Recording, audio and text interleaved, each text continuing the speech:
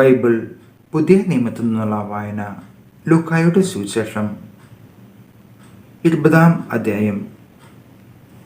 ഒരു ദിവസം അവൻ ദേവാലയത്തിൽ ജനങ്ങളെ പഠിപ്പിക്കുകയും സുവിശേഷം പ്രസംഗിക്കുകയും ചെയ്തുകൊണ്ടിരിക്കുമ്പോൾ പുരോഹിത പ്രമാകന്മാരും നിയമജ്ഞരും ജനപ്രമാണികളോടുകൂടെ അവൻ്റെ അടുത്ത് വന്നു.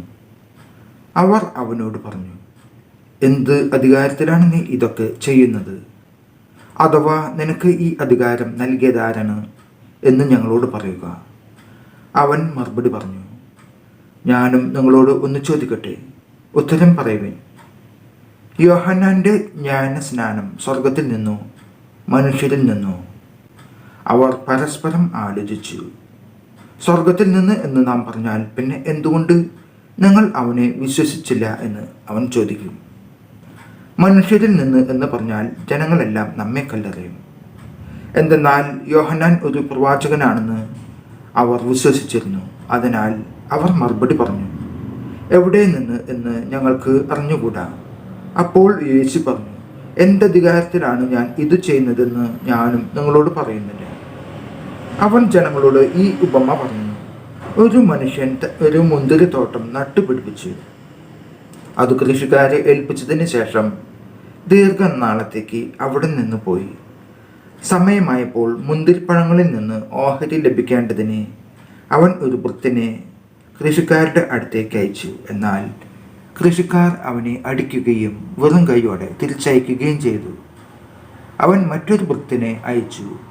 അവനെയും അവർ അടിക്കുകയും അപമാനിക്കുകയും വെറും കൈയോടെ തിരിച്ചയക്കുകയും ചെയ്തു. അവൻ മൂന്നാമതൊരുവനെ അയച്ചു. അവർ അവനെ പരിക്കേൽപ്പിക്കുകയും പുറത്തേക്ക് എറിയുകയും ചെയ്തു. അപ്പോൾ തോട്ടത്തിൻ്റെ ഉടമസ്ഥർ പറഞ്ഞു, ഞാൻ എന്ത് ആണ് ചെയ്യുക? എൻ്റെ പ്രിയപുത്രനെ ഞാൻ അയക്കും, അവനെ അവർ മാനിച്ചേക്കും. പക്ഷേ കൃഷിക്കാർ അവനെ കണ്ടപ്പോൾ പരസ്പരം പറഞ്ഞു, ഇവനാണ് അവകാശി, ഇവനെ നമുക്ക് കൊന്നുകളയാം, അപ്പോൾ അവകാശം നമ്മുടേതാകും.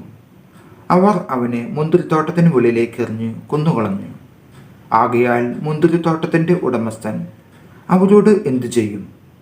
അവൻ വന്ന് ആ കൃഷിക്കാരെ നശിപ്പിക്കുകയും മുന്തിരിത്തോട്ടം മറ്റൊരാളെ ഏൽപ്പിക്കുകയും ചെയ്യും.